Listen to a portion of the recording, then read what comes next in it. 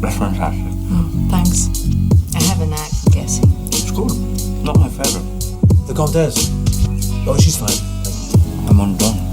I bet you've never had hot chocolate made from a 2,000-year-old recipe. It is my duty to announce that there is no dessert.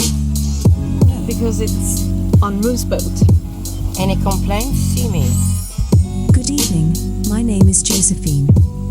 Welcome to Jared to Jared.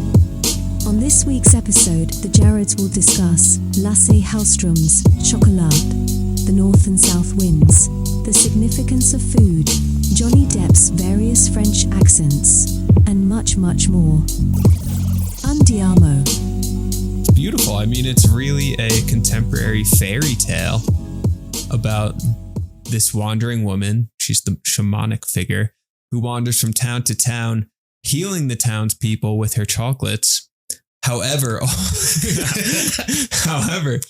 also being the object of anger, the object of ridicule, right? I mean, she's very much so denigrated by these very buttoned up, more kind of conservative religious villages in 1950s France. It was supposed to take place 1959 in this little village of France, very Catholic village. And they hate her. They hate the chocolate lady because she represents the body. She represents femininity. Right. She represents sex. All these immorality. Things. Immorality. Right. And honestly, fuck her. Experience. Yeah, and fuck her for trying to destroy the village. She's actually the villain in the movie. Yeah. And then you have the whole movie set up where it's like it's a good setup. It's a well structured movie where you have, you know, the villain, the mayor, Alfred Molina is the mayor, the count, who's trying to preserve the more Christian ways of the village, you know, that have been, you know, traditionally going on for centuries, right? Right. You can actually trace his heritage, his genetic lineage to the initial count from like the Middle Ages, right? Who instituted that rule of law. And then you have this woman coming in, foreigner coming in, trying to obstruct their ways of doing things. Not right. Right. But really, she's the hero of the movie or whatever.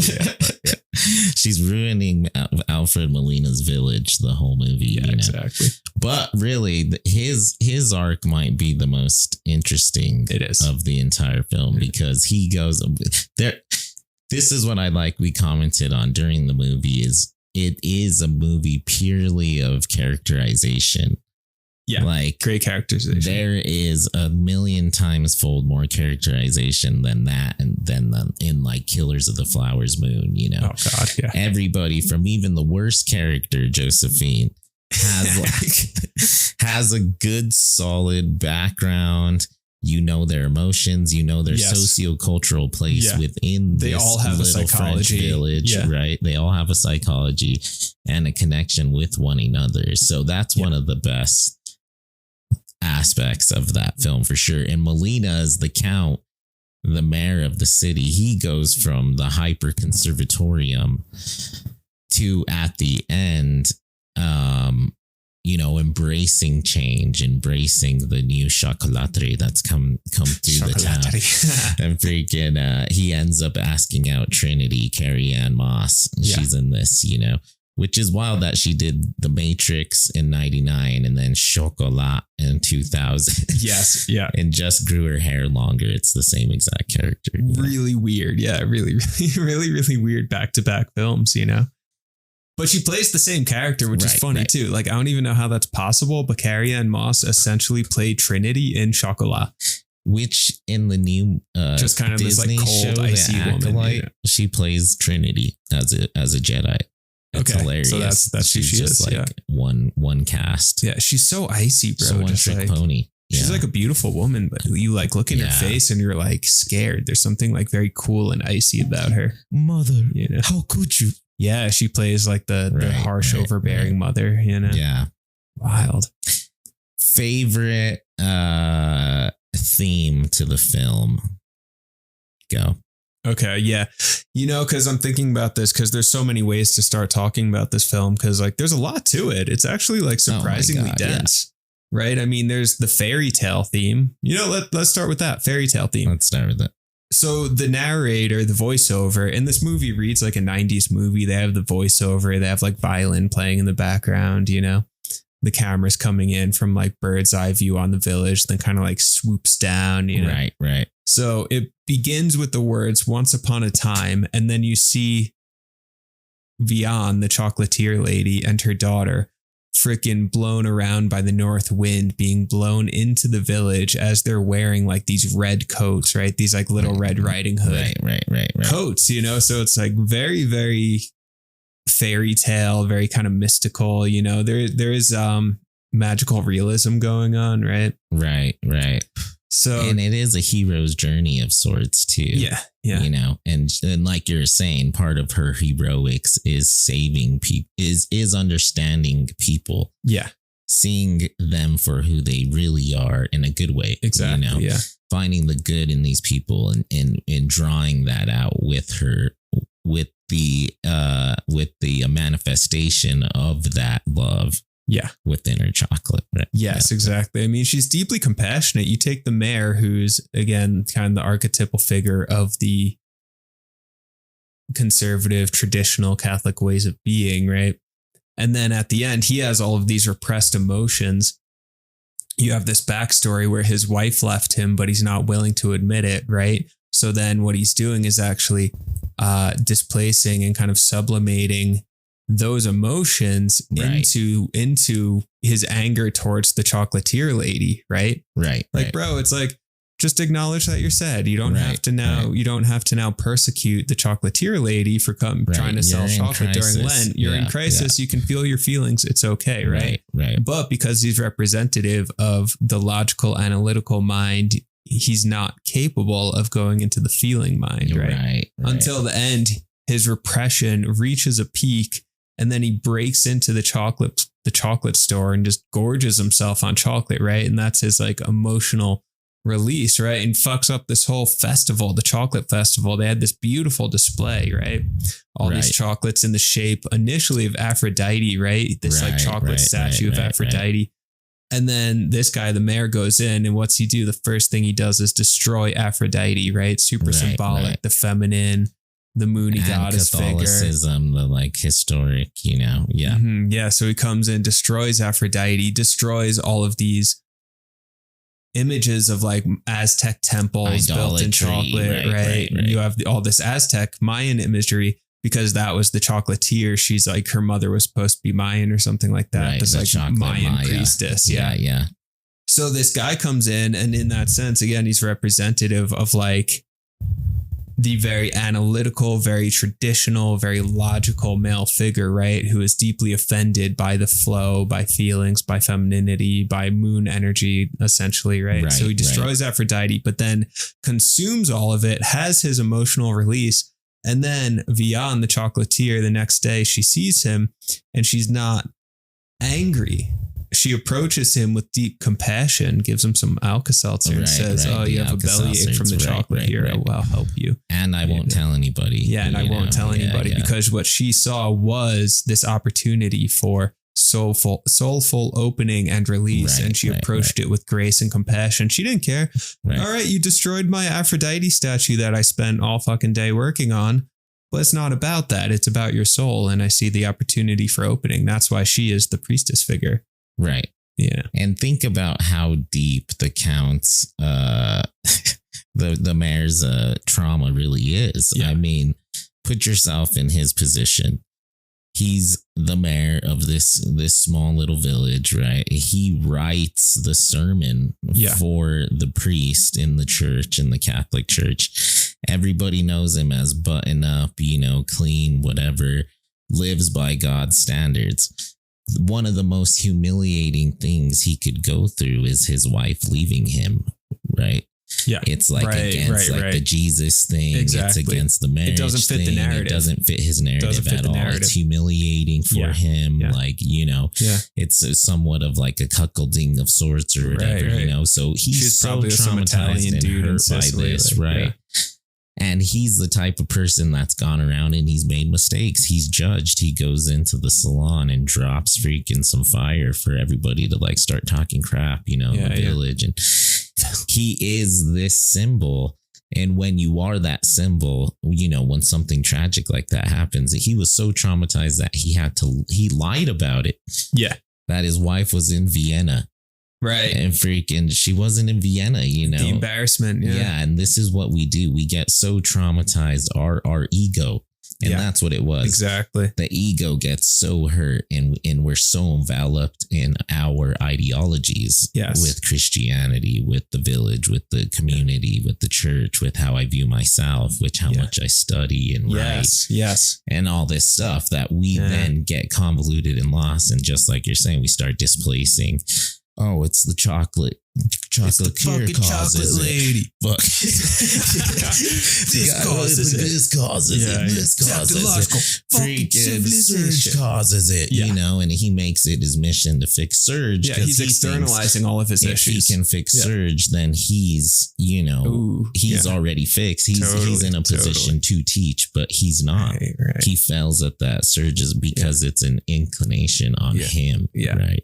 Yeah. There was a teacher, you know, recently who failed like, I don't know, 98% of her students, you know, and at that point, it's like, this isn't an implication on the students. Yeah. It's an implication on the mayor, you know, how it really wasn't about Surge at that point, you know. Yeah. Yeah, absolutely.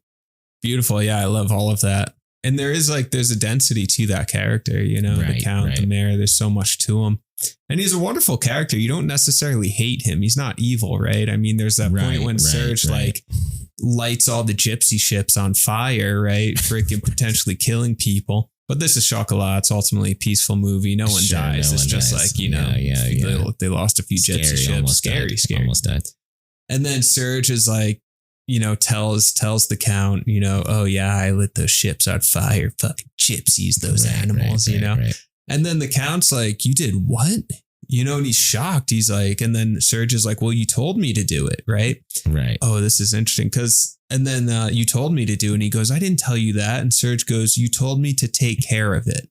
And you left it open-ended. Something has to be done, right? And then Surge is representative of pretty much the violent ideology actualized, right? Right. And I think we see this, you know, in media and our own culture, right? Where it's like this constant violent rhetoric, essentially, you know, we need to freaking destroy the other side, whatever. And then when it actually happens, when violence actually breaks out, the mayor, you know, is surprised. Oh, I didn't say that. Yeah, you did. You know, you were pressing for it. And then when finally someone took the shot, oh, that's not what I meant, you know? So it's interesting to see that play out in Chocolat. Like, you know, your words do matter, right? And then that's an instance where I think the mayor realizes, oh shit, my words and actions do matter. It's not just about me maintaining my ego. This actually does impact other people, you know? Well, and then I think there comes a moment in everyone's life where you're going through a crisis. Yeah. And then it goes too far. Yeah. Like the crisis, why they even call it that, is an major event happens and it's too late and you've made a mistake and you've hurt someone or yourself or something. Right. And the Count feels that in that moment, you know, there's that realization that I didn't tell you to go burn the boats, but he realizes that yes, he did inadvertently tell him something. You know, it was the manifestation of this conservative hatred. You know, which is wild. I mean, so many layers to the film, and then he wants Surge to leave, right? And this starts a whole tumbling down. Then he's cutting up the dresses. Then he goes into the chocolate shop and finally rock bottom, right? Yeah. Forcing himself at the chocolate. Then we have this beautiful resolution, you know, of course, predicated from, you know, Vion's kindness. Yeah. And empathy. Yeah, right? Exactly. Yeah. And healing.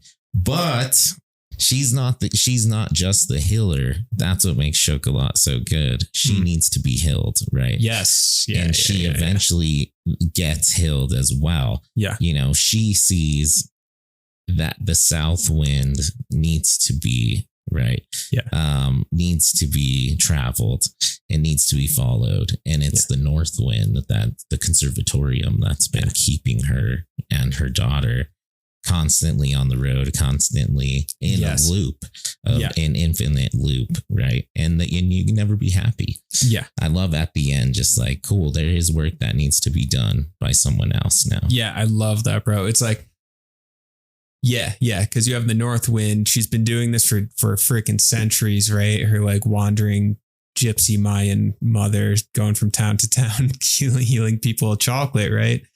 That's the thing. So then Vian grows up doing that, right? Childhood patterns, all that sort of stuff. This is just what we do. Every time the North Wind comes into town, we have to go. We have to, you know, right, it's like every time it gets windy, we gotta go. It's habit energy, you know, right, and like, right. And then she gets to a point where it's like, no, this town is actually accepting her daughter, who's like this, like, pre-adolescent kid, you know, is like desperate for stability and friendship, you know? Right. And then, and then Johnny Depp rolls in, Rue, you know, he's like this beautiful, charming gypsy man. He's like, hey, we can like live here together, you know, right? Right. And then she's like, but the winds are blowing. I have to go, you know, it's fall. Right. And the daughter's like, it's just fucking fall. We could stay. It doesn't mean we have to do anything. Like, stop. You're reacting to the fucking winds. It's just wind. Right. And then finally, you know, like you said, okay. And then she opens up to, wait, what if there's something different? This is a pattern. I'm addicted to this pattern because I don't know what it's like outside of the pattern. But then it turns out, what if you let the south wind blow in? Yeah, there's still healing in the other villages to be done. But for her authentic truth, you know, she has that repression, and then it breaks open. Oh, follow the south wind. You know? Right. So, and that's beautiful. I love that. Like, I think about it now, like, you know, and I like that framing, like north wind, just metaphorically, that's your overthinking. You're like addicted to a certain way of being, you know, habit, even though it's not, it's habit that no longer serves you, that sort of thing. But because it's habit, you're like, oh shit, well, I still have to do it. And then the south wind that's fluidity, that's openness, that's ambiguity, that's something new, you know, that's in more alignment with who you are. It's your inner voice saying, no, you can do this. It's okay. It's healthy, you know? Right. So it's so interesting because all of us have that. So I'm like really reflecting on, like, you know, there's some shit that's bothering me in my own patterns. And I'm like, man, this north wind, like, why do I keep following the north wind? What's the south wind? Let's go there. Right. You know, and you brought up a good question last night. You know, what's your north wind? Yeah. What's your south wind? You know, and I think for the 4 people listening, that's important to identify. Ask yourself that, like, what's kept you in rigidity? Right. Is it your job? Is it your religion? Is it your, you know, whatever, even your taste buds, right? What you're allowed yourself to eat. You're, you know, what you're allowed to experience. Yeah. And what's cool about Vian, the chocolateria, what's cool about her is that it's like, she is presented as this, like, the cool, if you want to be anyone in that film, you either want to be Vian or Johnny Depp, you know? Right. Real. Yeah. I mean, unless you're like, whatever, like, just generally they're the most, they're the coolest characters who are the most celebrated. You don't want to be as Josephine. You don't want to be Josephine. Josephine fucking sucks. Don't talk to Josephine. Worst actress, worst person in the village. She's like supposed to be nervous, like holding a coffee cup, and it's like way over shaking. Right. Just like, bro, no one shakes that much. Like, stop overacting. Just look a little stressed. Like, bro, it's fine. Yeah. Just like be subtle. Yeah, that village would have been way better without Josephine. Damn it, Josephine. Every village has to have one, though. The village idiot. Don't talk to Josephine, bro. Stupid girl. Josephine, fucking worst character. But fucking, okay, so Vian, like, all right, she's like the cool, like, high priestess, you know, Mayan shaman woman, so you know, everyone wants to be her, you know, it's like twitchy, like, so cool. Yes. But then even her, she's got her rigidity that she needs to let go of, you know, I like that. Yes, or even Johnny Depp, Rue. She has her north wind, right? Yeah, she has her north wind. Rue, this, like, ridiculous. Like, dude, such a funny character because he's just I got one question for you.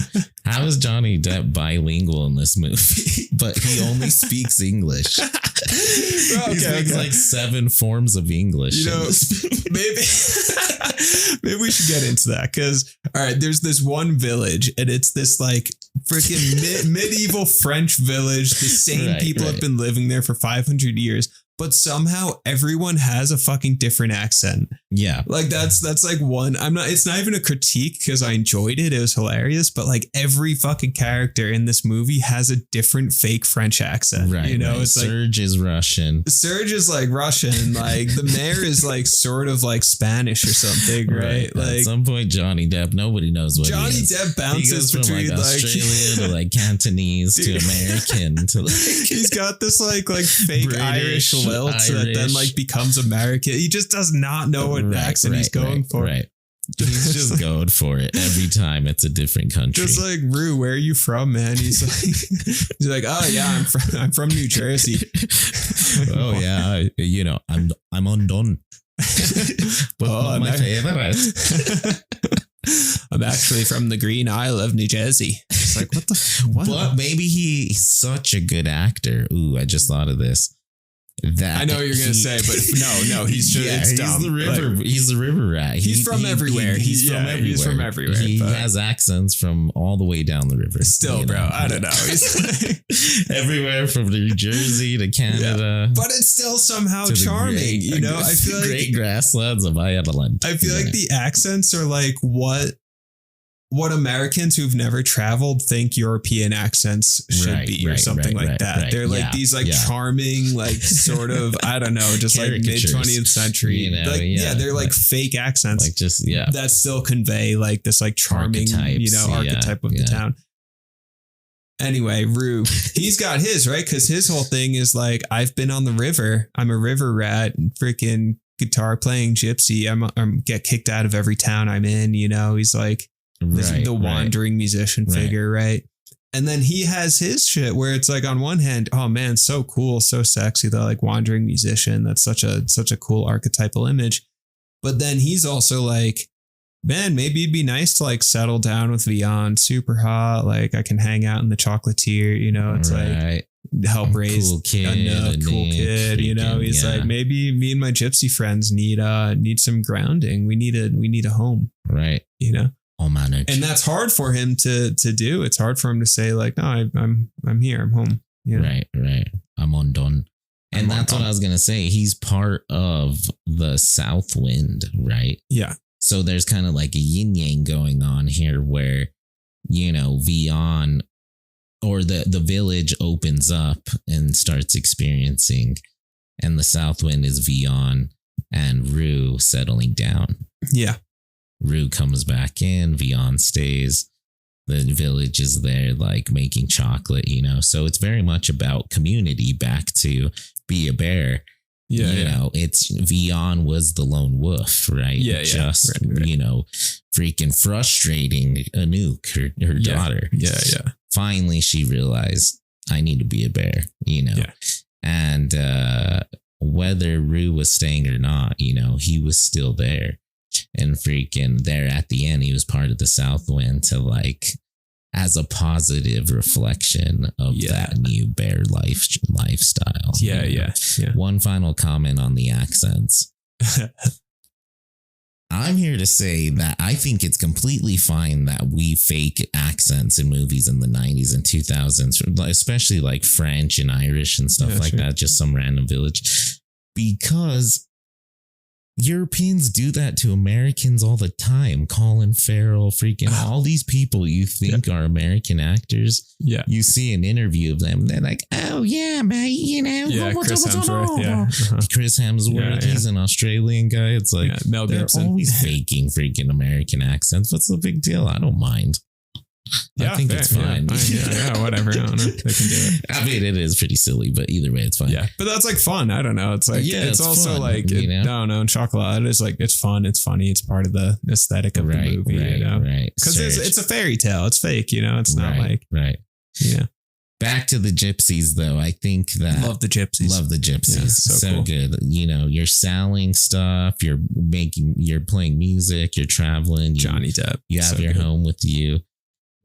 That all being said, you know, it's still a hard lifestyle out there being a gypsy. Yeah. And that was the north wind for Rue too. Right. You know, his house gets lit on fire. He meets this awesome person, Vion, that's like him. Yeah. You know, she's kind of a wanderer. She's cool, wild spirit, but it needs to settle down with the family. He's clearly getting old in his extra large sweaters, you know, still looking good. Freaking, why not settle down? Of course, she'd be down to go like take river trips every few months, you know, and like go meet your old friends down the river and like, freaking talk about some poppycock and freaking hang out, eat some chocolates, sell some stuff, you know.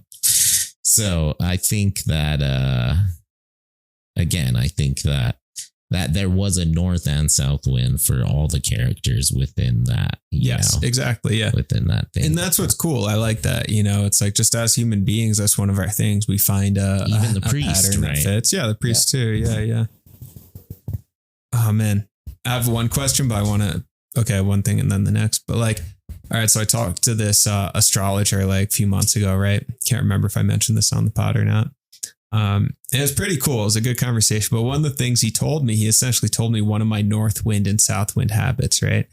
He goes, listen, like part of my astrology stuff, whatever, personality stuff. He's like, it's hard for me to settle down into a single place, right? He goes, you know, you're someone who like, I get restless, you know, and then I need to like, whatever, go do this, go do that. I get restless, you know, live here, live there.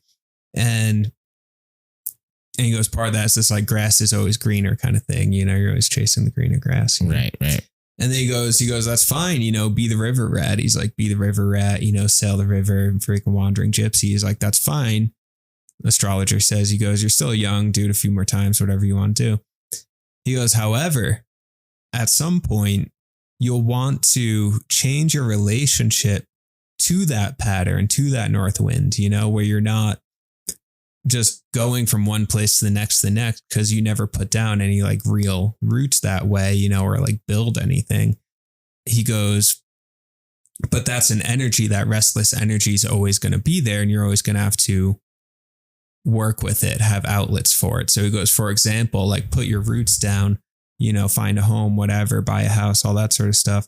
But he goes, travel, take trips, you know, rearrange your house, whatever, just like mess around on your property. You know, it's like Jared Cap style, just like build this there, build that there, have projects like, so it's like have your central space, but then play within that space, keep moving within that space, or again, go on trips, do this. So it's like you're saying about Rue, South Wind. Yeah, live in the French village with your new hot wife. Great. But go travel, take some river trips. That's cool. You can still play your Django Reinhardt guitar tunes. It's like, go do that. That's great. There's nothing wrong with that. While also simultaneously throwing down some roots, you know, building a home, building a family, you know? Right. And I'm like, I like that. I like that. Cause like, and that's cool. Cause like Rue in that movie, he's probably about the same age as me, like 32, mid 30s, you know, it's like, so he's like in that transition point where it's like, okay, I had my 20s, had my like fun wandering 20s, gypsy style. Freaking Stevie Nicks, gypsy, then met this hot older lady. Yeah. But now it's like, dude, fucking, all right, well, you know, 35, Rue, like, okay, it's time to like, cool, that was fun. That was great. And there's still always going to be elements of that, good memories, but like, let's do the South Wind. Let's try a new pattern. What's that look like? Right. You know? Well, you know, because I think there's something to say about accomplishment too. And oftentimes we follow a north wind for a good purpose, you know. Sure. The north wind's important for a while. Yeah, it's not to say it's rejected immediately. Vion probably helped lots of people, lots of villages to restructure and up, she helped a lot of people. Like you said, Johnny Depp probably had great times meeting cool musicians on the river, lots of great nights under the stars, fishing, whatever, you know, playing his guitar. So I think it's important for a time, but then you accomplish what you seek out to do. And that's when the river turns south. Yeah. In a good way. Yes. Like now it's time for a new path that's going to continue the excitement of life. Yeah. Yeah. Because oftentimes too many people stick to that north wind. Yeah. And they end up miserable when they're older. You know, they're CEOs, they have lots of money, whatever, but they're alone. They have no family. It's not authentic. Like, it's inauthentic. You know, exactly. They have nothing of substance anymore. And they're just bored. Like they've been doing this forever, whatever. And like you're saying, they haven't maybe keep the job or maybe keep the relationship, whatever. But you got to keep the micro interesting as well, too, right? You can't just be the north wind. You have to incorporate some of those south wind trails. Go down the freaking, you know, the southern pass and go from being a river gypsy. Same with me. Like in my 20s, I was a musician, freaking. It's succulent. Delicious. I'm undone.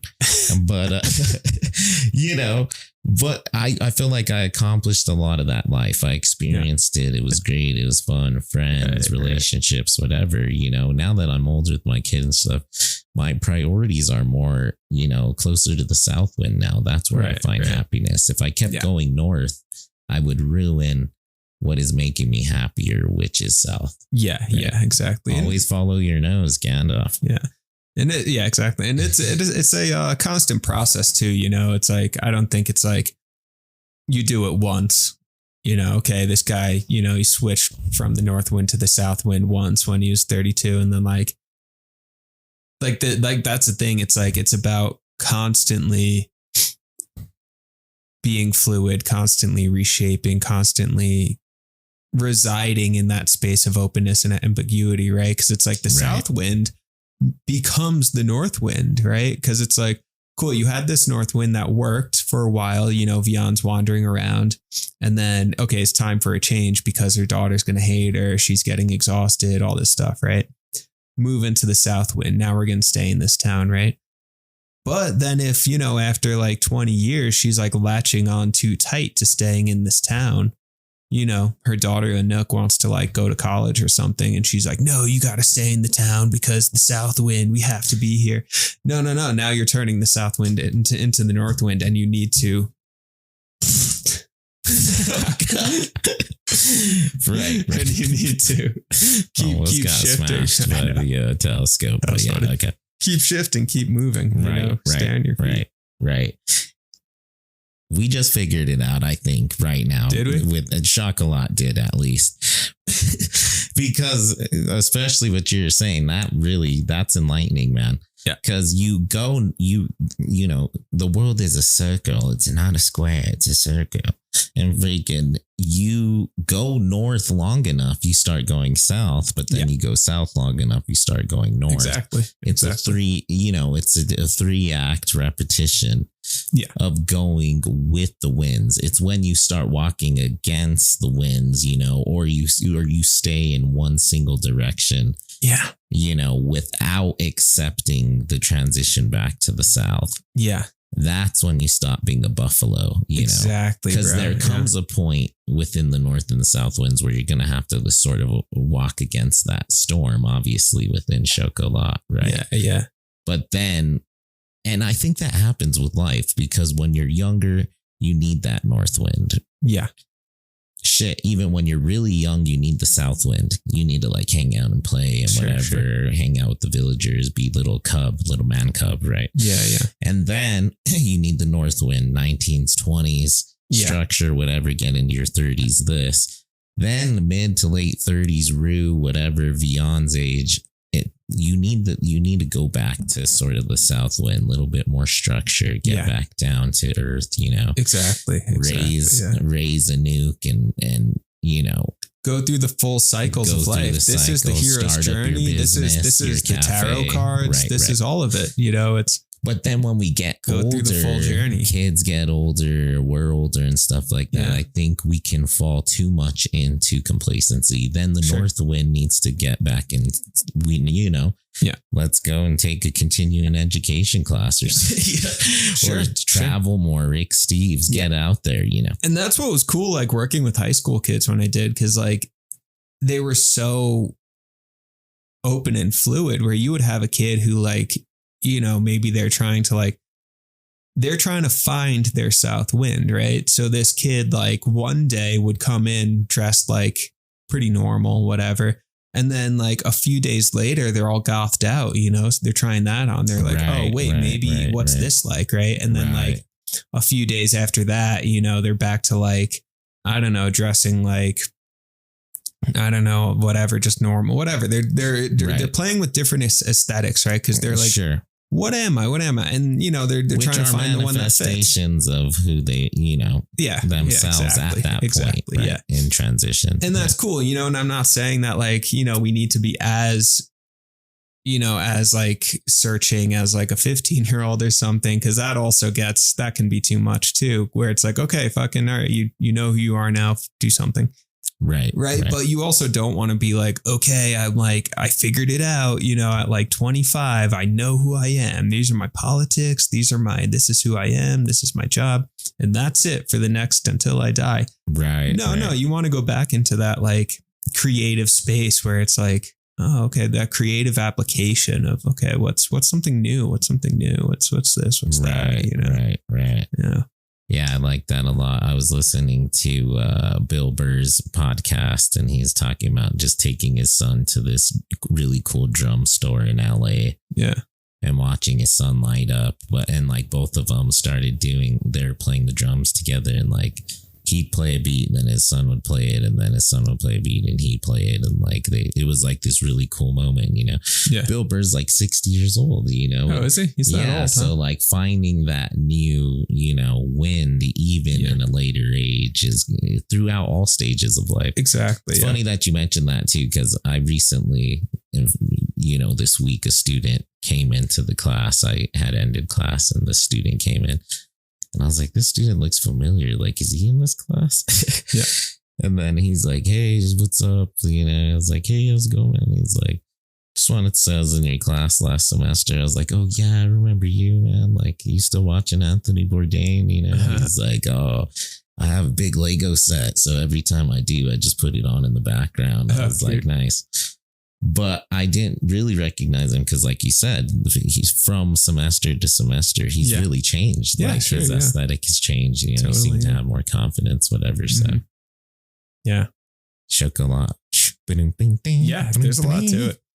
Bro, and I love the music in Chocolat. Looked it up, like Gypsy Jazz, Django Reinhardt. Like, it's really, really, really good music. It's like, it's actually like, oh man, like, if I were to like get really like back into playing guitar a lot, that's the music I would learn. It's just so freaking sweet. I don't know.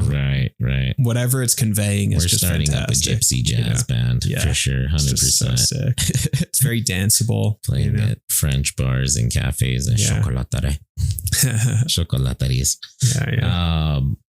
Yeah. I mean, this is a perfect movie for the fall, Jare to Jare. Start off, right? This is kicking off fall. Chocolat is a fall movie tomorrow. Yeah. Chocolat is a fall movie. We might have to watch Chocolat every fall kickoff September 1st around this time, August. Yeah. At least for this year, It's the Auburn movie. It's a movie of change too. A change of a season. Yeah. It's getting windy. Yeah. Yeah, it's getting windy out. Wants to move. Yeah. Beyond wants to throw on the Little Red Riding Hood and move.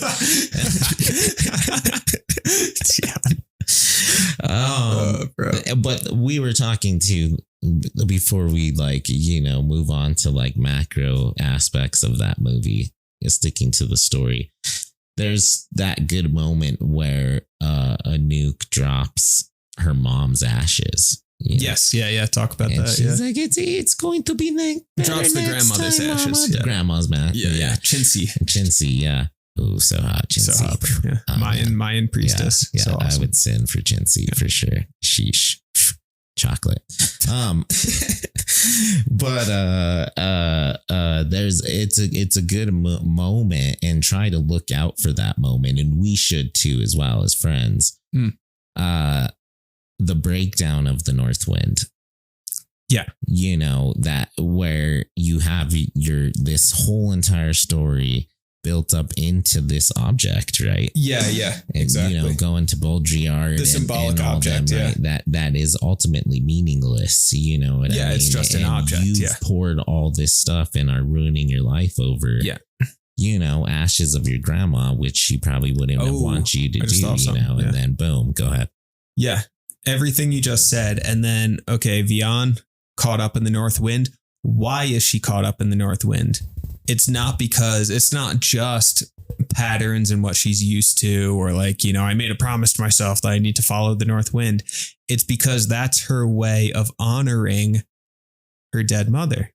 Right. There it is. Everything is relationships, right? Yes. Like you said, the North Wind, you know, that like that pattern, that way of being is symbolically held in the object of the urn with the mother's ashes, right? And then once you destroy the urn, you break the spell, you break the urn, the ashes scatter, and now the spell is broken, you know? And it's like, oh, okay, well, I don't need to continue to carry that weight, carry that cross, you know? Wow, dude, this is fucking layered here. Yes. Yeah. And if we kind of juxtapose, right, the Count's moment of weakness, his ultimate, you know, breaking of the vase, right? Yeah. Where he breaks into the cafe and he eats all the chocolate and he passes out there, right? Mm-hmm.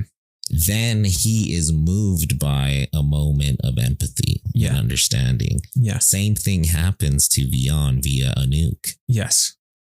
Her vase is shattered, her world's shattered, the vase is shattered. And then Anouk, instead of still being like, I don't want to leave, whatever, she has this moment of, oh my God, I realize, Mom, that you're hurt, and like, you know, we can still do this, which for a parent, then you realize, oh my God, I've been making this mistake, and it's over now, the South Wind. Beautiful. Honoring the injured parts of yourself, right? You know, and it's like, and that's it too, because this movie is so full. This is what makes the characterization rich in this movie. It's so full. So good. It's so full of these moments, of these psychological blockages that are keeping these characters stuck in the same way of being over decades, until they can finally break out. Right. Take that character. There's the older woman. They have this like cute little subplot of like this, like this older woman and this older man as they're trying to like court one another. Right.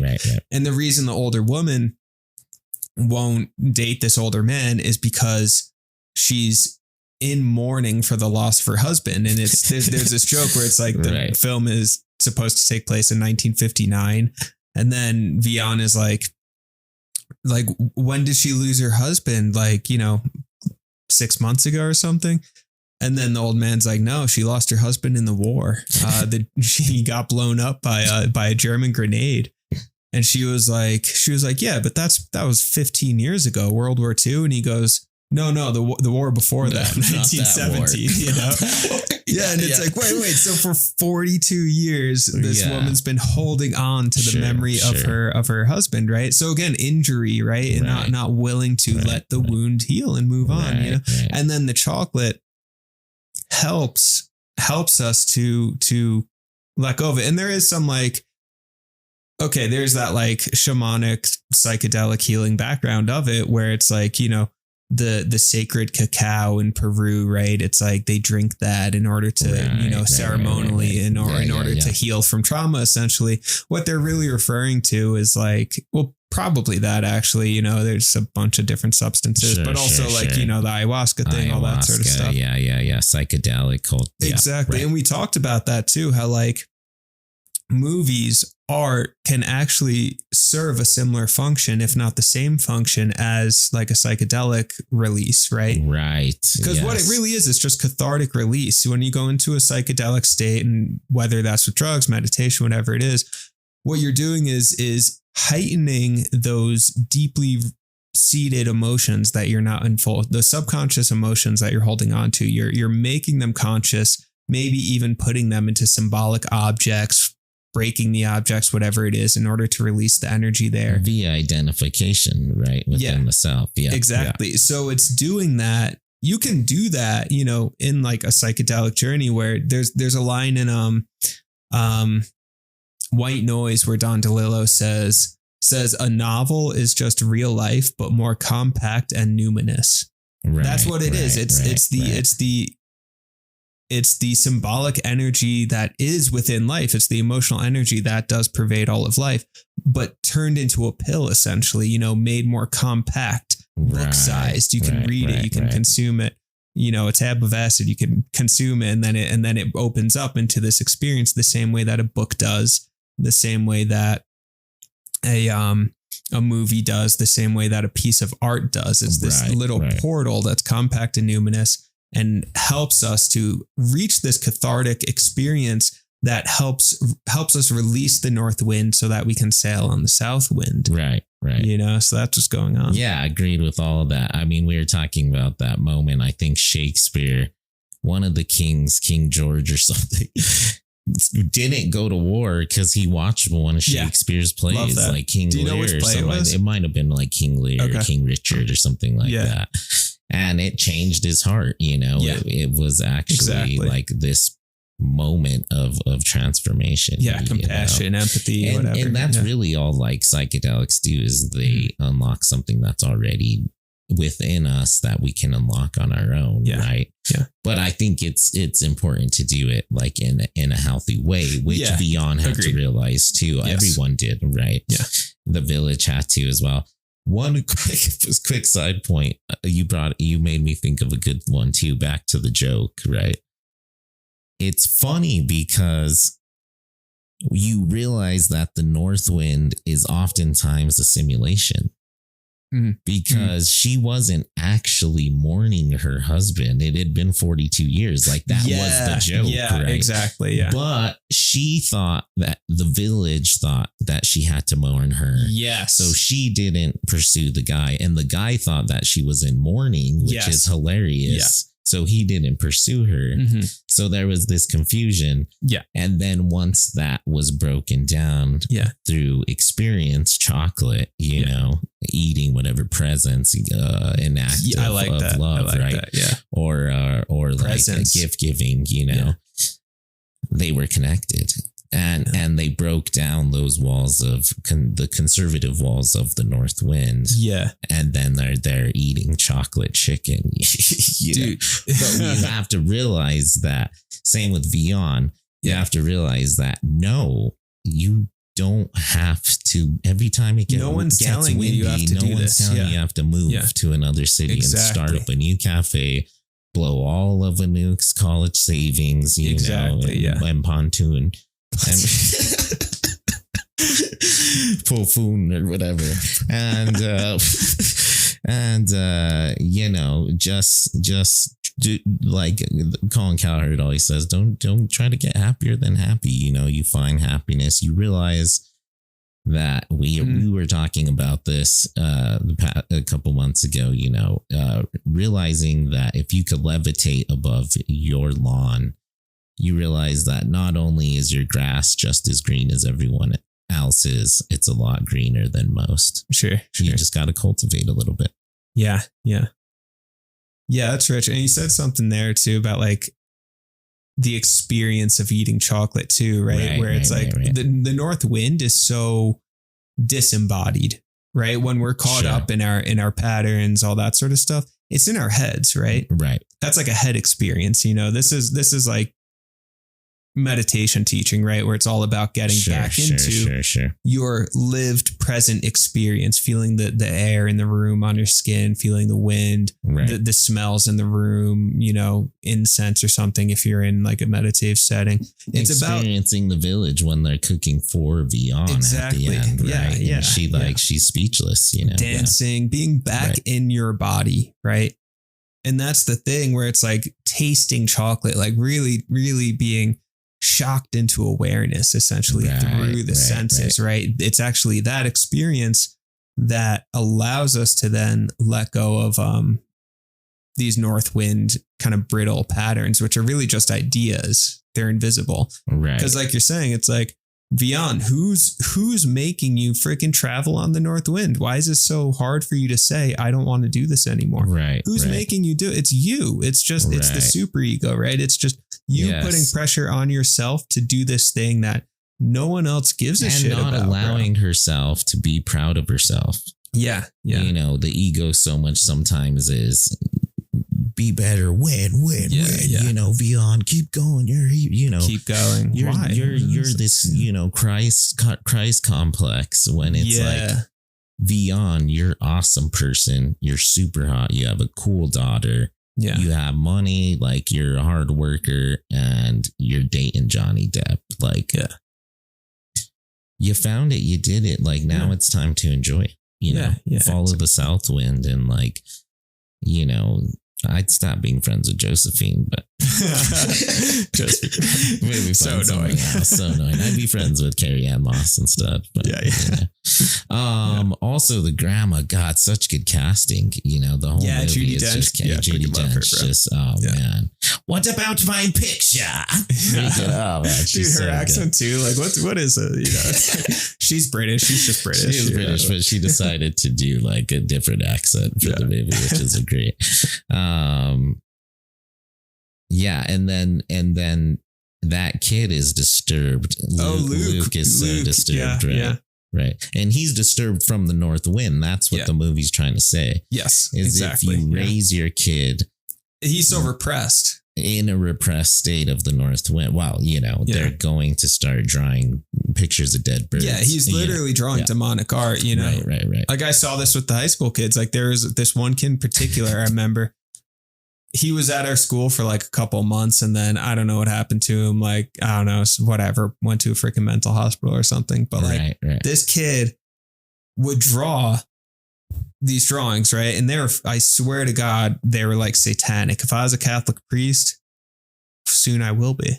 If I was a Catholic priest, I would perform a fucking exorcism on this kid. Like, I was looking at his drawings, being like, this kid has so many fucking emotional issues that are not being addressed. He needs to be in a mental hospital. And then sure enough, a few months later, he left the school and was hopefully in a mental hospital, because it was like, dude, you could just see it in his drawings. Like, this kid's fucked up. Right. Same thing with Luke and Chocolat.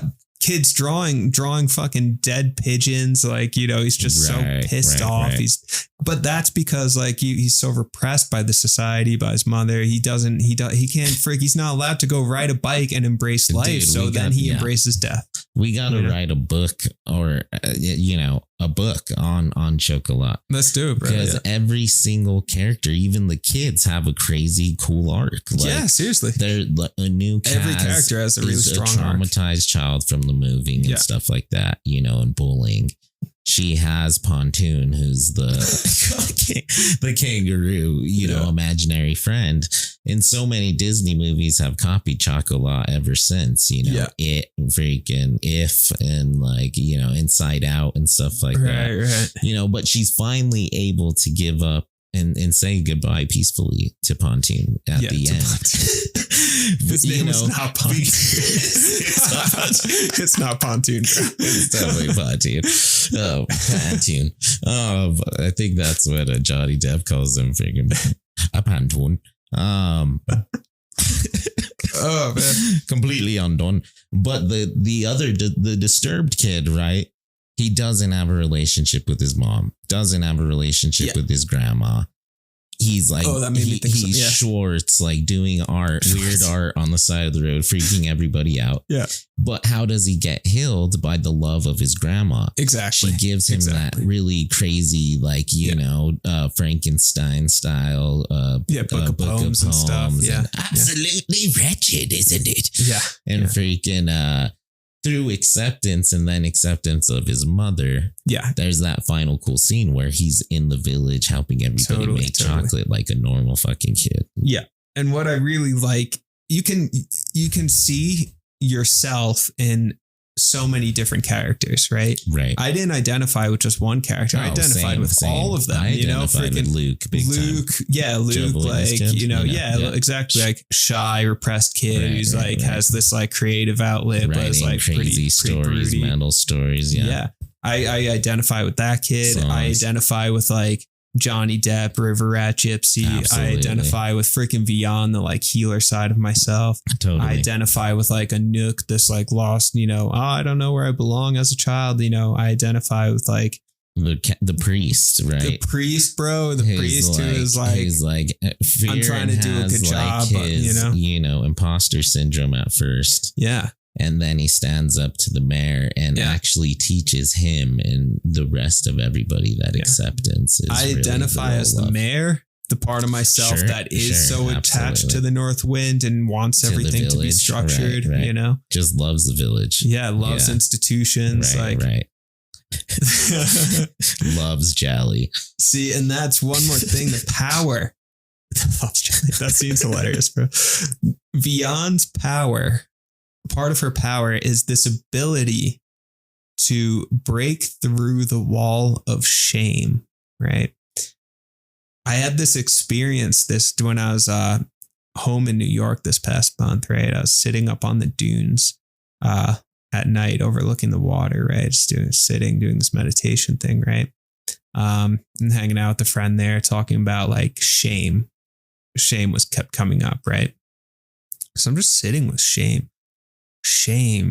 like Game of Thrones, shame, and then like all of a sudden, like I saw through shame, right? And I saw this little kid inside myself who's hiding, doesn't want to be seen, is hiding, right? And in Chocolat, this is Josephine, like she's stealing shit. She's like a kleptomaniac, sure. She's being beaten by her husband, but has to keep it quiet. Right. There's all this hiding. All these characters are hiding because they feel so ashamed in this traditional culture. And then Vion opens the door, and this happened to me when I'm sitting there on the dunes. Like I was like, oh, interesting, shame. Okay, play with that. And then internally, I felt like the doors burst open, the blinds lifted, and then light came in, and it was like, oh, now I'm like exactly what Vion did to Josephine. Like, hey, I see that you stole my shit, but I'm not mad about it. I just want to talk to you, because I see that you're suffering. I just come out of the shadows. Come out of the shadows. That shamed side of yourself. Come out. Now you have to embrace Josephine by leaving and showing back up to Vion's house, saying you left him, and then open up your own cafe at the end. Again, I really like Josephine's character. Yeah. Parents sympathize with the Germans, so she was like felt shame within. So she married Serge and like, she was a victim of the conservativeness too of the village as well, and then opened up the cafe there at the end and like forgave herself, right? Exactly. And and then saw how beautiful she was, whereas the church in the village saw themselves as too beautiful and perfect aesthetics, and morality, and they had to realize shame, that everybody has shame, and let's embrace each other. Let's forgive each other. Right? Yeah. It's crazy. That movie is back to sort of the Shakespeare thing, the acid thing, the like seeing narratives as these like eye openers. Not only did each character have eye-opening moments. Think about even that couple. They hadn't had sex and who knows how long she had given up, but they still loved each other. It wasn't about the communication, right? Right.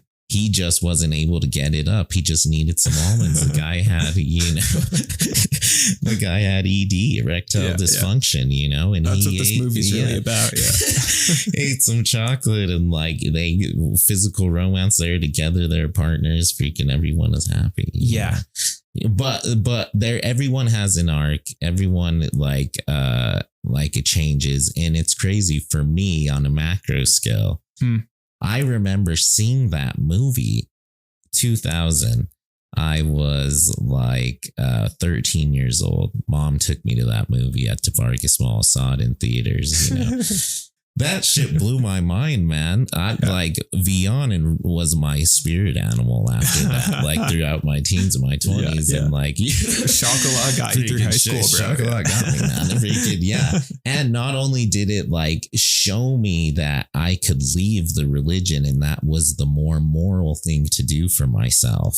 Yeah, right? Because I was really identifying was with the mayor and with the, whatever. And the, Vion, I realized I could like just go into Rue mode and like learn gypsy jazz and like be a musician and then, meet my Vion later on down the road and my life would still work out. I didn't need to, be there in my room, like smelling jolly, reading the Bible every day, writing dreams every single second of the day, or not writing dreams, you know, and now I can write dreams on the river and like still have my cafe, Right. But that movie was like a life-changing moment for me too at that age. Think about it, such a young age to see that movie. Yeah.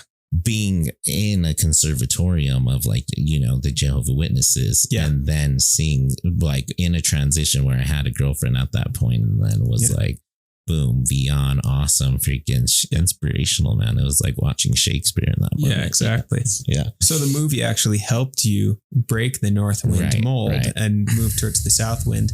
So the movie itself functions as Vion's Chocolate. Right. And inspired me to like, then become a cinephile. It's a great movie. The DeVargas movie theater was based on like only showing indie movies like that and stuff like that, cool. Yeah. So it was cool. Then that inspired me to be like, oh man, this movie's so good. And that like, having better taste, at a young age and like film and literature, which inspired me to get a PhD in film and literature. So Chocolat. Chocolat, basically. You wouldn't be who you are without Chocolat. Essentially, that's what I So funny. Oh, yeah. I'm undone is what happened after I watched that movie. Yeah. It was my favorite, not my favorite. Yeah. Can I talk about one of my north winds? We got time? Absolutely. Okay, cool. All right. Because I was walking yesterday, right? And reflecting on this. All right, I'm in this chapter now where I'm like, I found myself feeling restless, bored, like, man, I just want like something to work on, It's like, so I haven't worked for a while now, which was like important, take that time, rest, heal, right? And now it's starting to feel like, man, I need a task, I need a purpose, It's like now I'm just getting kind of like melancholy, just like, oh man, where's my sense of purpose? I'm just like kind of doing a little too much hanging out, I need more structure, purpose, all that sort of stuff. And I was like, okay, so one, there's the north wind of like, okay, I needed a break from work, but now I can, that's coming to a close, right? So I can transition from that north wind of not working to a south wind of like, go do something. Right. And then there's also this like, I go, shit, well, this is familiar. I've done this. There's been other chapters in my life that, everyone has like transition chapters at some point, right? But I was like, remembered like a couple of times in Albuquerque, like after grad school and stuff, when I just like wasn't sure what to do with myself, kind of, and just like, okay, in this transition space, and then starting to feel restless and like depressed. I need a purpose, need a job. I'm just kind of like in the middle right now, purgatory, limbo, And I was like, I think one of my north winds is limbo, being in limbo states. Because kind of often I'll find myself in this like limbo state where I'm not like I had left something that was over, but then like not fully in like a new chapter yet, or a new new sense of purpose or job, Right. And it's like, so that transition state, the state between the north wind and the south wind, I almost get addicted to the limbo state. Right. There's something about me that gets really attracted. That's one of my patterns. One of my north winds is like feeling stuck in the limbo state, Right. So I was like walking around yesterday. I went for a run, was walking a bit around the park, and like, I was like, what is this? It's like, I've done this thing, like that woman, it's like, I've been mourning my husband since 1917. I was like, man, I've been in this limbo state since 1917. Like, what the hell is going on here? Sure. What's with this north wind where like I hit this like roadblock or something, and it's like, so something about that. So I don't have an answer to that, but just seeing it, just beginning to like bring awareness to it, just like, okay, there's something about this limbo state, mourning my husband since 1917 that I'm like caught in, that I'm kind of stuck in. And it's like, well, okay, need some chocolate from the chocolatier to sit with that, essentially, Go with me on this one, please. So when we're younger, we gotta go back and forth, sort of what we were saying, right? More often it's windier. Yeah. It's north, it's south, it's north, it's south, it's freaking east, west, whatever the hell it is, right? Yeah. You don't really know where you're going at first until you find a wind that works for you for a while. Yeah. And then, they start coming less and less often, and the wind shifts are more significant as we age. Yeah. So I think that, back to Brother Day, Brother Dawn, Brother Dusk, check the episode out below. Freaking, I think we're coming to a point now, sort of in a Vion stage, in a Rue stage, in a Josephine stage, where we need to like, where we're making a big wind change. Yeah. So you made a big one. Let's call it 4 or 5 years ago, since 4 years ago, since 3 years ago, since we've been like in the depths of Albuquerque lifestyle, I moved back to Albuquerque actually August 2019. So like exactly 5 years ago. Right. So, and you were there for how long? How long have you been gone from Albuquerque? Yeah. So I was in Albuquerque again from 2019 until when did I move? When did you move to Taos? No, to Denver first. To Denver, that was May of 2023. 2023, right? Yeah, May of 2023. So it's been like almost 2 years, year and a half, something year and like a half. that. Yeah, year and a half since I left Albuquerque, left that chapter. Yeah, I left my job in December 22. Had already closed out, like you were shifting the wind. Yeah, that wind needed to be shifted. You were fixing the sails and already on your way. Yeah, that wind needed to be shifted. A year in before leaving, right? Right. So let's call it like 2-3 years ago, right? The wind shifted majorly for you. Right. Okay. Well, what happened is you, like you're saying, had to cut that north wind off, grad school, freaking teaching, high school, blah, blah, blah, had a cool place. You needed to go south for a while. But now, years later, I think me and you are starting to identify the south wind is, or whichever wind we're at, doesn't matter,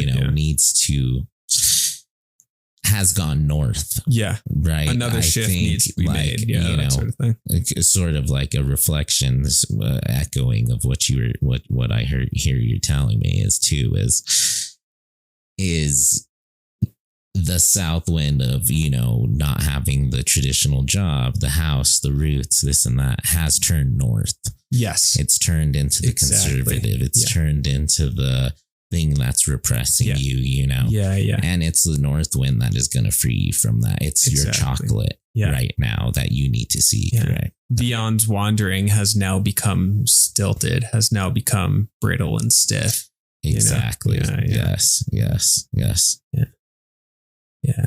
And embracing it too. I mean, because this limbo period, right, of like, I don't know what to do. Where do I go? What's the next purpose and job? That sort of thing. Right. It's like part of me feels shame around it and wants to feel embarrassment, right? Oh, God, my friends are getting married. My friends are buying houses, whatever. Josephine style, right?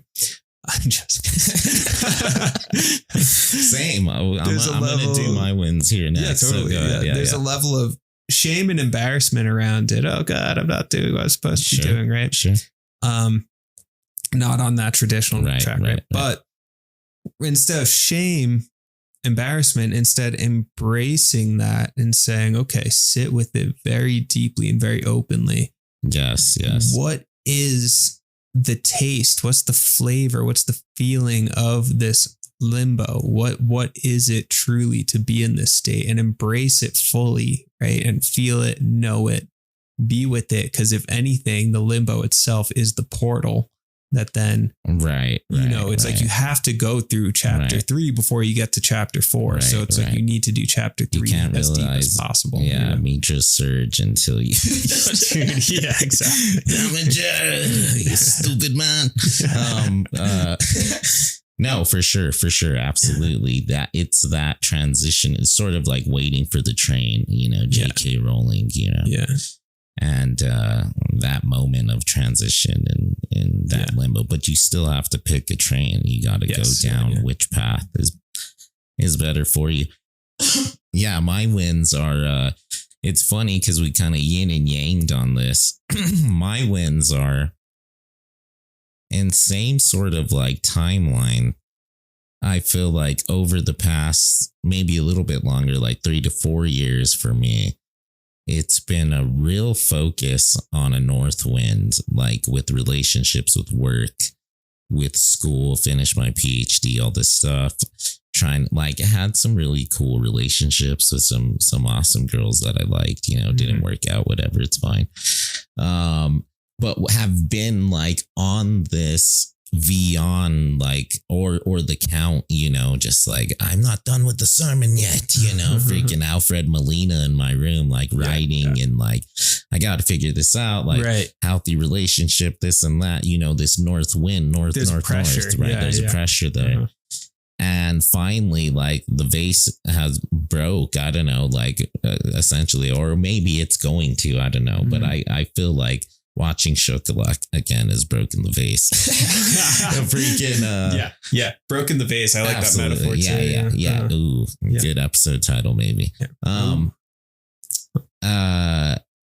For me, I need to start thinking southbound again. Yeah. Great. And I've been feeling it. Wow. Like I've been really like you were saying, I'm glad you mentioned that, like really like gotten into my singleness, like feeling good, like, here playing games with the boys, like have plans with friends, fun stuff to do, like awesome kid, a cool dog, cool house,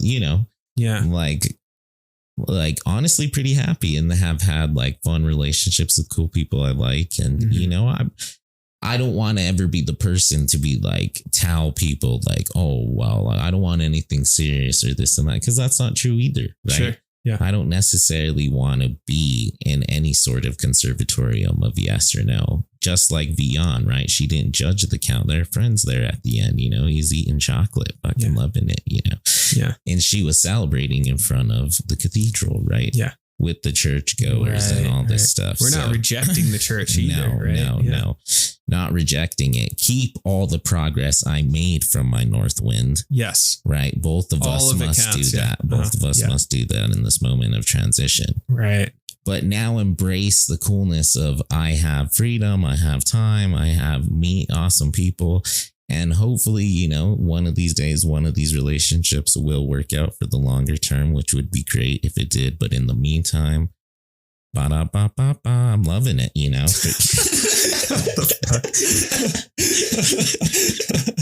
Freaking Chocolat, man. I'm going to go down to the boats now and like dance it up with the gypsies. Please just hand me one of those guitars. Fucking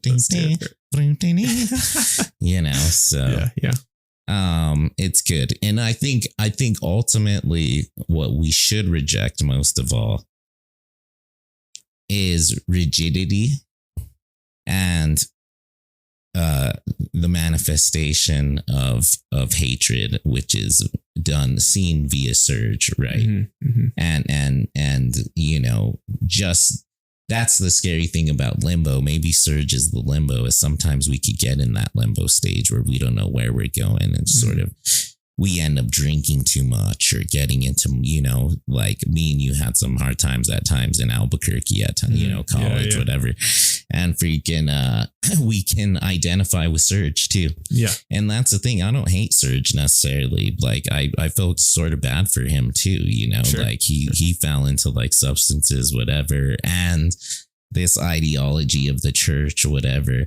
And who knows who Surge's parents were? Holy crap, But like he made some mistakes, and hopefully Surge like has a better time in his next village. That's all I'm saying. Yeah. But look who's the lone wolf. Surge. Yeah. Fuck Surge. You know, you don't want to identify with Surge. And that's what the movie's also telling us, the narrative. Stop identifying with the lone wolf out there. Yeah. Stop being Surge. Yeah. You know, you'll end up just like beating the person you love, losing them, losing your job, losing your north and south winds. And then you're just out there wandering, you know. That's a weird thing. Yeah. Last comment, just kind of from left field, but about the lone wolf. Yeah. Said it earlier in the car, but seems important. Like, lone wolf, it's crazy because there is that like, oh, it's cool. There's a mystique behind it, the lone wolf. But in actual nature, actual reality, how wolves behave, you don't want to be the lone wolf. That's the wolf who got freaking ousted by the other wolves because that wolf was like fucked up and misbehaving. And that wolf was on fire. Maybe sick and had some sort of illness that it's risky to be around that wolf because it's going to kill off the other wolves. The wolf didn't want to be a lone wolf. Right. And then the lone wolf actually just starves to death. Right. Because wolves are pack animals, you know, that's how they hunt and stuff. Yes, like the lone wolf actually just dies after like a week. Right. It's like it's not like marching through the forest like, oh, look at me, I'm so badass, I'm the lone wolf. It's like, no, that dude literally dies in like 7 days. And he never has like relationships with cool wolves that come up and leave and anything. The lone wolf He's a weird sucks. guy. He Like, sucks. it's a shitty life. You don't want to be the lone wolf out there, just like doing like too much drugs, eating too much chocolate, freaking, you know, indulging in like his hatred and his sadness, you know. Yeah. I mean, even when he tried to do better is for selfish reasons, and he looked like a fool coming into the village, you know. Yeah. So I don't know. Be a bear, be a Vion, be a Rue, and I don't know, freaking Chocolat. It's a moving movie. So good. It's a great movie. It's one of the best, and I'm glad it's officially part of the Jare to Jared canon. Yeah. Yeah.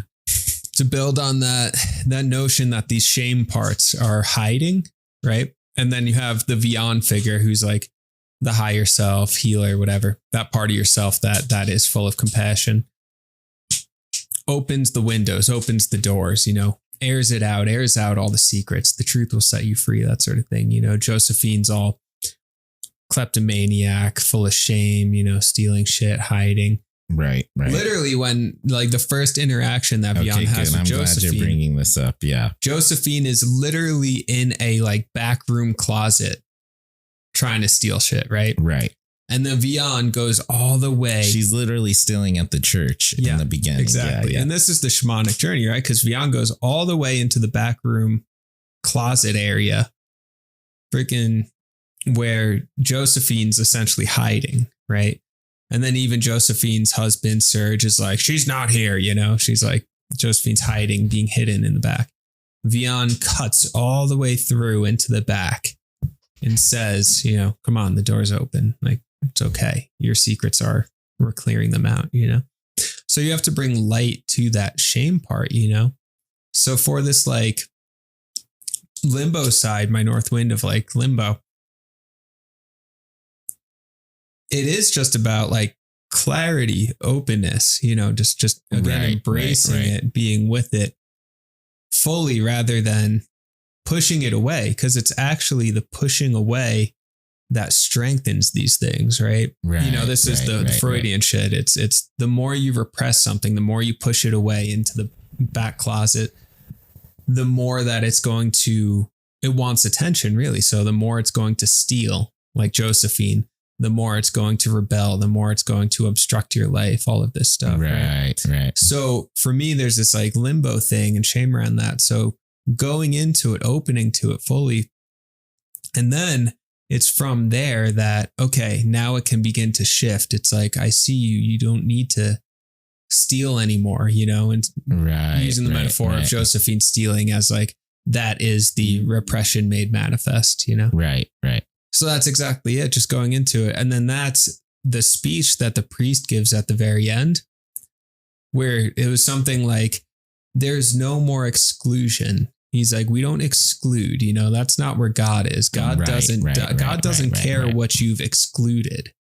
God doesn't care what you've destroyed. God doesn't care about that. God cares about what you've opened to, what you've included, what you've shared, you know, it's like, that's the space of God. Right. It's not about what we, truth. It's not about what we do not do, you know, or who we reject. God isn't sitting there like, good job. You forced yourself to stay as committed as you possibly can to the North Wind well beyond its expiration date. Good job. That's not God. Right. God's the part of you, the broken vase. That's God. Right.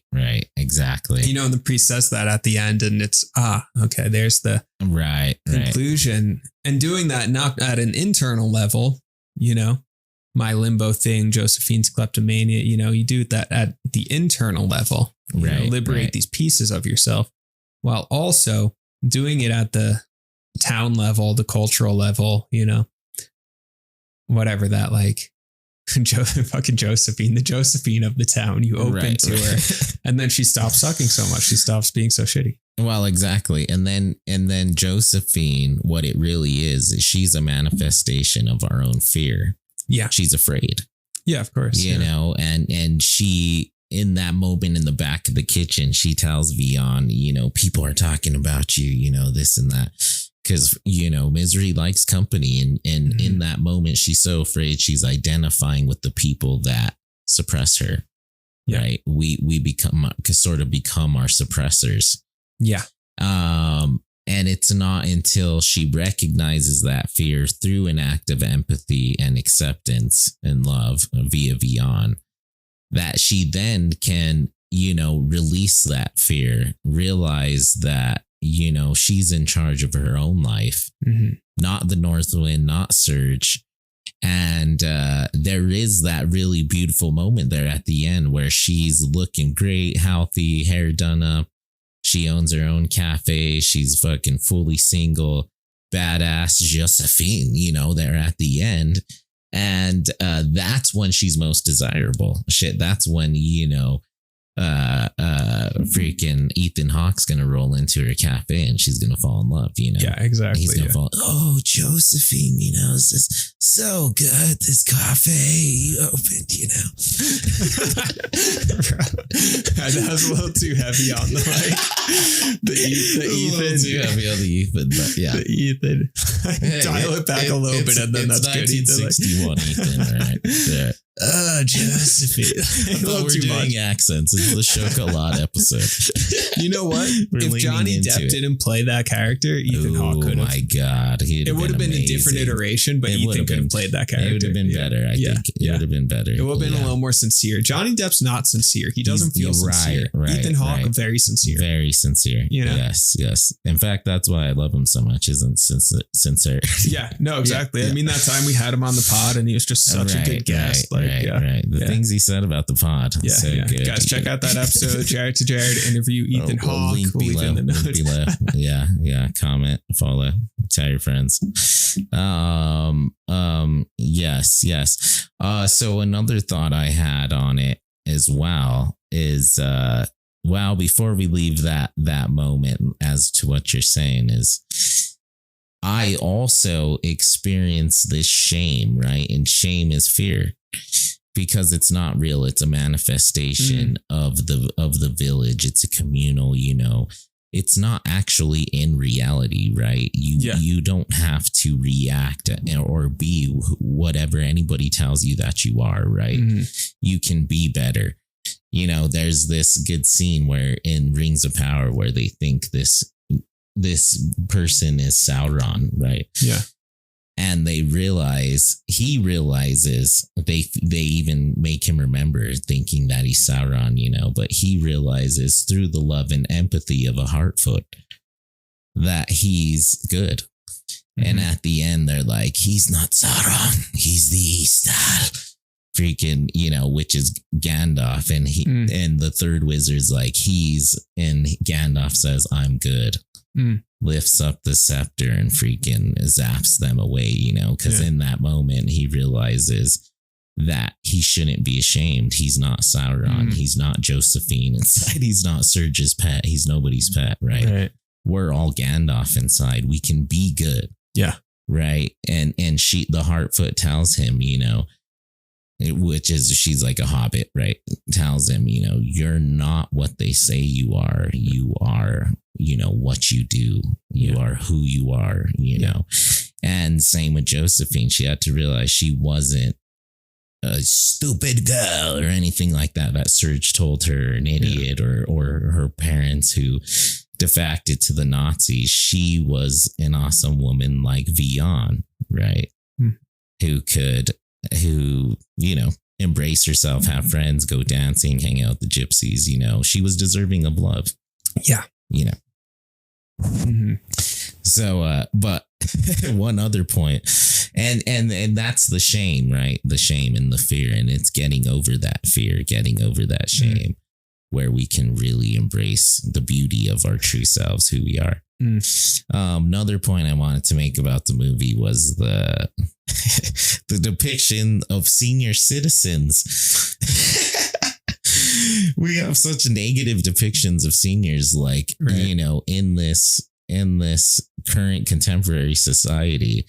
You know, we made Joe freaking quit. That's probably a good idea. But, you know, it's such like ageism nowadays, where in that movie in 2000, you know, like you said, everybody celebrated in the village.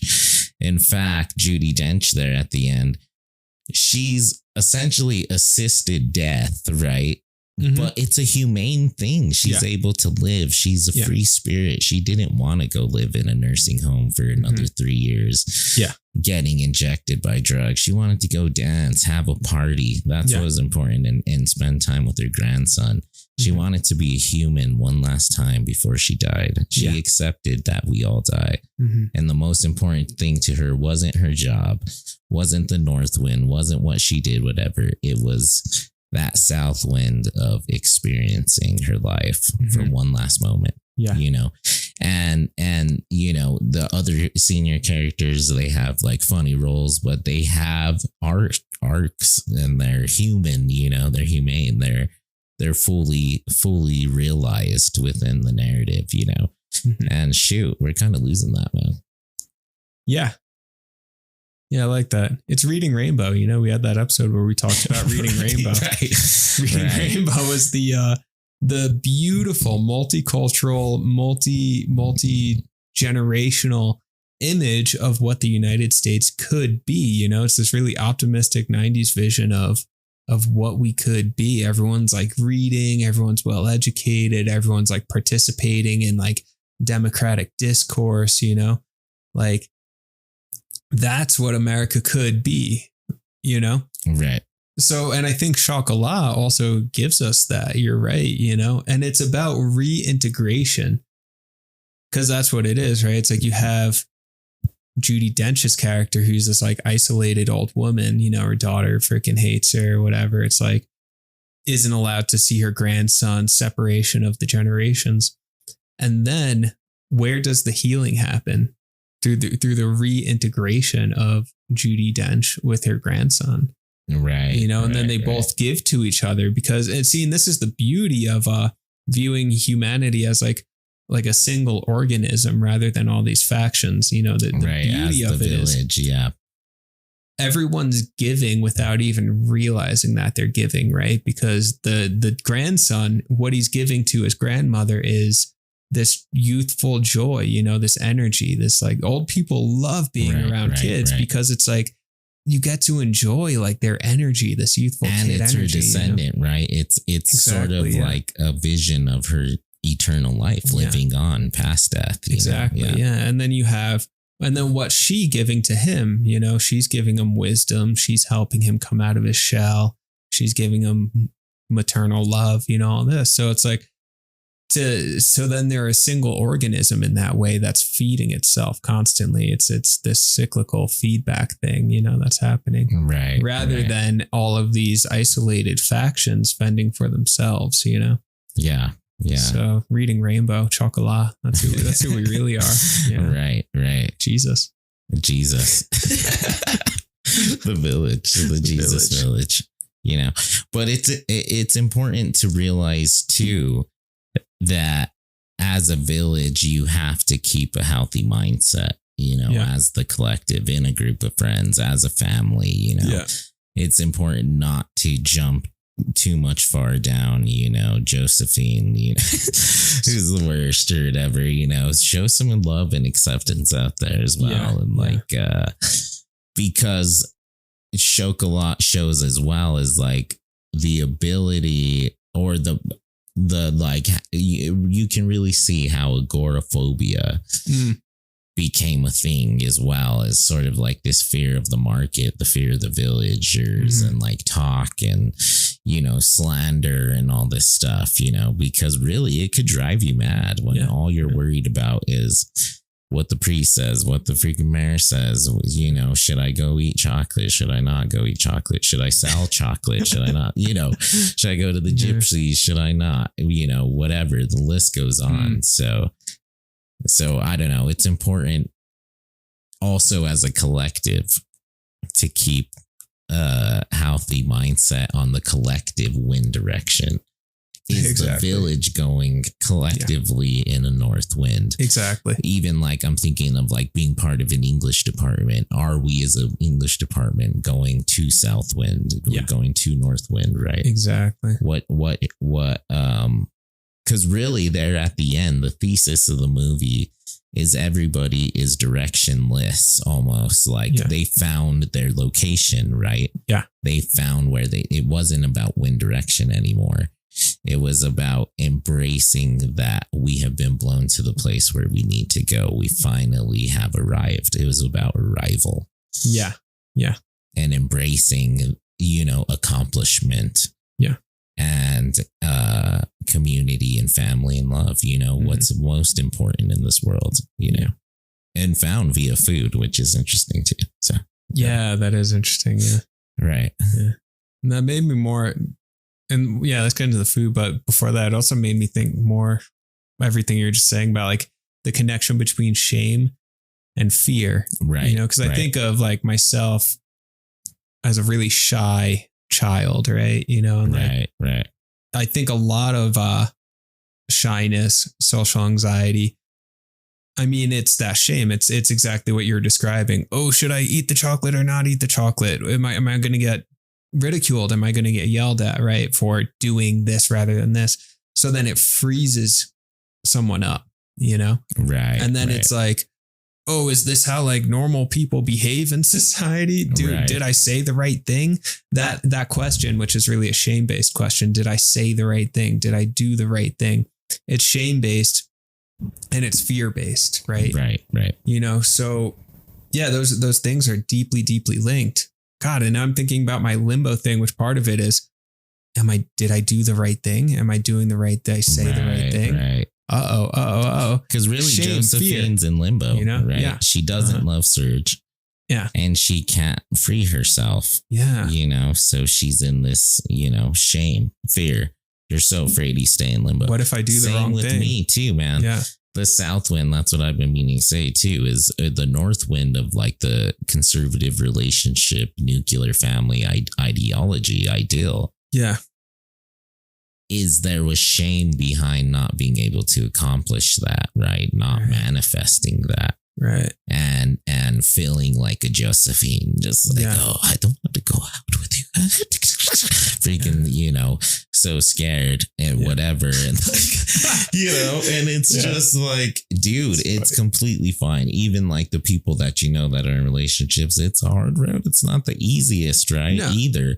Like that, it's not ideal either. And if I wanted to have an unideal situation in a relationship right fucking now, I could be in one, you know, but that's not what I'm searching for. I need to let go of that shame and fully embrace sort of the monastery. Josephine enters the monastery. Let's face it, you know, that theoretical monastery of she's going to be single. She's going to be cool, hang out with the gypsies, freaking have some free love, become a business owner, and like, you know, a little bit of north wind for Josephine there at the end. And you're right. And I do think our culture shames single people.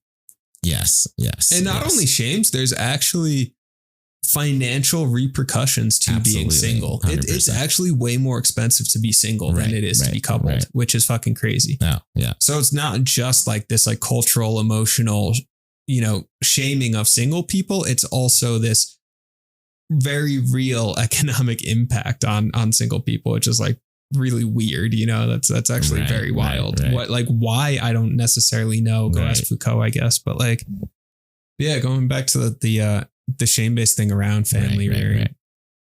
Cause also it's like I've witnessed, people who like are building families and a more traditional lifestyle from shame-based motivation. Right. And then there's also people who are, I don't know, single river gypsy rats who are feeling shame around that, Right. So I think it's not like, here's the external path that will free you from shame, like, oh, okay, well, I feel shame around like not having a traditional lifestyle. So let me force myself to have a traditional lifestyle and then I'll be okay. Right. It doesn't work like that. No. That's not how it's going to go. I mean, like I've had some opportunities I could have started a school program this fall, I like the opportunity was there, right? But something about it felt forced. It felt like shame-based motivation. Essentially, I'd be forcing myself to do this just so I can like have a more, I don't know, traditional sort of thing. Right. Rather than essentially going through the fire and the difficulty of sitting with that shame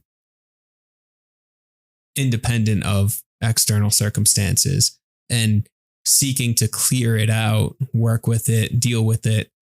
And then from there, move on a south wind that's more authentic, rather than forcing it. Because that's it too. It's like, you can, get this job, start this family, traditional white picket fence sort of thing. But if that doesn't feel authentic to someone, it's like, you're going to feel trapped in it. You're going to feel upset in it. You're going to feel just north windy in it, Right.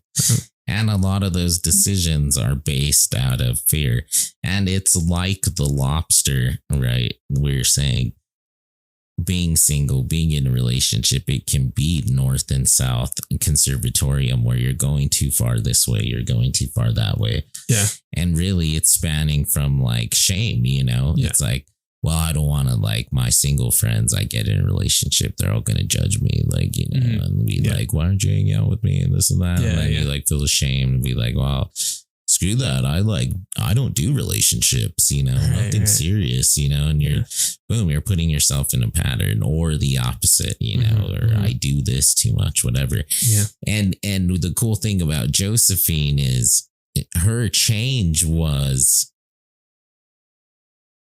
not based in shame in terms of her decision. We love Josephine now. Look at this. I love Josephine. Love Josephine. Best character in the movie. If she would have just casted better, damn it. Imagine if that was like Susan Sarandon. Oh, dude. Best movie ever made. It wasn't based in shame, right? And she didn't do it in a matter of haste and anxiety. She chilled with Vion, chilled with the nuke, freaking hung out with the girls, freaking, then chose a career. She didn't go become a nun. She still didn't want to like shame based go like, make the mayor happy or go work at the salon. No, she opened up freaking Serge's Cafe, she's there serving it up with the short skirt looking good. Yeah, exactly, bro. And that was, I like how you put that too. It's just, it wasn't shame based. It was, the shame was keeping her in that like kleptomaniac state, in that closet back there. And then it was releasing the shame that then allowed her to authentically start becoming this like chocolate making expert. Right. Okay, cool. Like, it's released the shame and then things arise naturally. Exactly. Yeah. Huh. And just a quick comment on the food.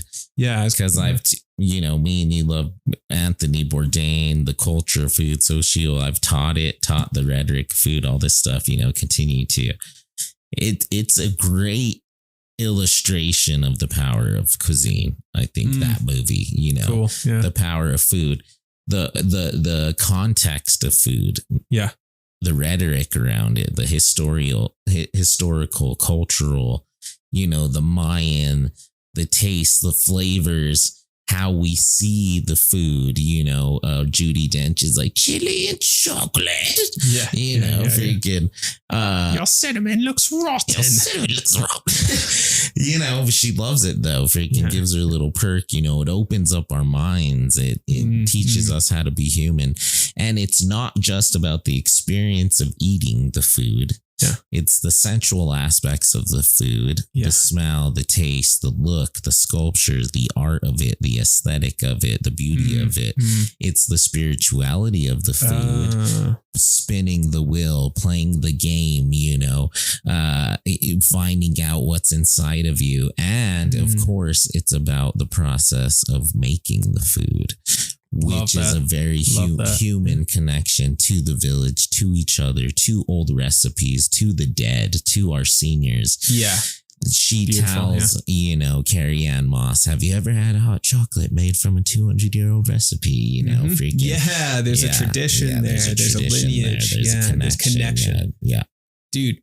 Yes. And to build on that, I think, shame and the fact that we have to consume in order to survive, right? I think, hear me out. I think there's this sense of guilt, sense of shame that in order to survive in this planet, in these bodies, we have to consume other beings. Right. Which in this deep spiritualistic way are our family, are our brothers and sisters, right?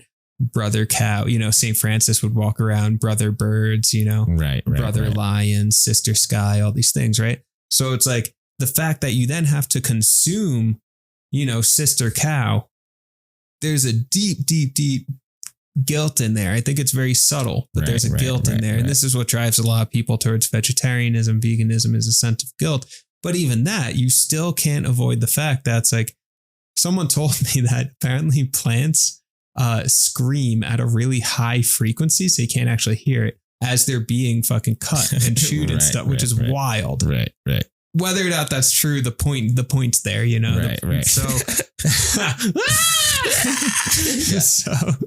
So I think there's a sense of shame around having to consume something in order to live. It's very animal. Yeah, exactly. It's not like sophistication. It's not exactly. You have to take something else's life force and subsume it into your own life force. That's fucking insane, right? So how do you make amends? How do you sort of repent, to use Catholic language? How do you repent for the sin of having to eat, for that guilt of just having to consume for the sake of your living body, right? Well, what you do is turn it into a celebration. You decorate the food. You celebrate it in this sensorial way. You taste it, you smell it. You connect over it. You feel it, right? You work in these traditions of food making and cultural traditions and all of that. You take it, what is really this shameful thing, and you almost reclaim and celebrate it. Right. Yeah. And you allow it to live in the collective memory. Yeah. Through recipes, through this is the way my father did it. These are special animals from this region. Exactly. You reconcile the from food. this place, and this is making me think of back to the North Wind in terms of, sophistication and surge. You have to eat with your spoon this way and this and that, and we can't eat this food during this certain times, the conservatory.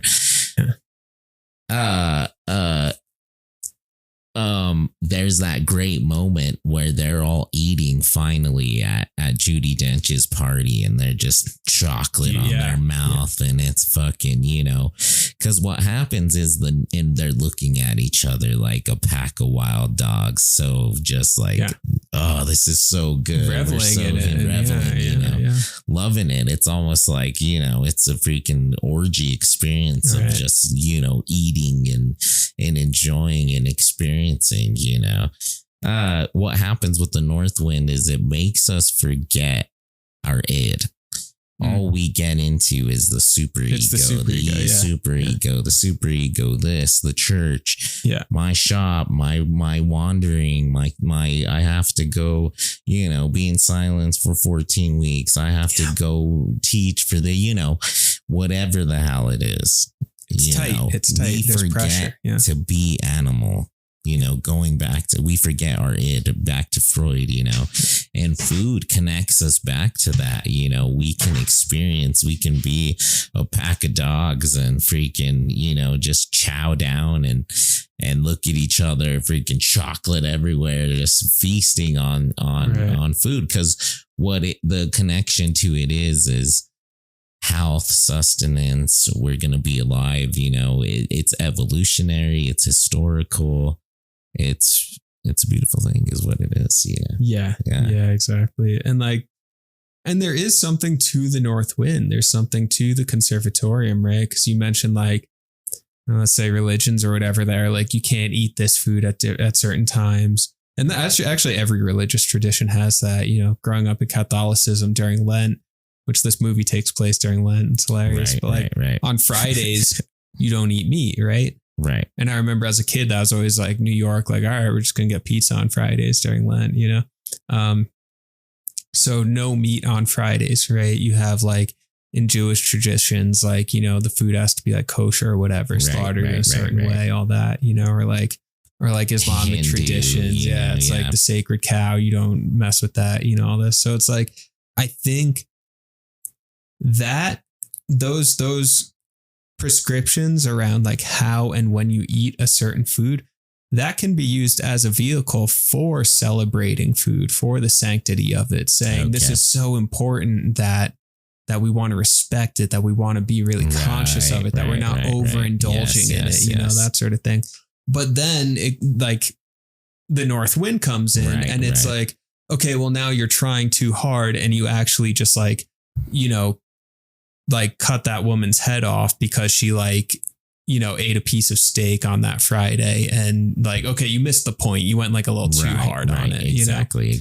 But that's the thing. It's not even about the form that the North Wind takes. It's not about the external form that it takes. It's about the place that it's coming from, because again, you can fast from a place of openness, sanctity, respecting food, all that stuff. Or you can fast from a place of the mayor in one of the first few scenes, he's trying to tempt himself by smelling this jelly. And it's bro, you're trying too hard. Just tell Carrie Ann not to bring him jam and jelly, but it's the temptation. It's the temptation. And he was getting off on the temptation. Look how holy I am. Dude is a super freak. Kinky. Fetishizing his own morality, right? Exactly. Yeah. It gets very kinky there, So it's So I think it just it doesn't matter. It doesn't matter what, it's someone can eat meat from a place of authenticity. Someone could be a vegan from a place of authenticity. Sure.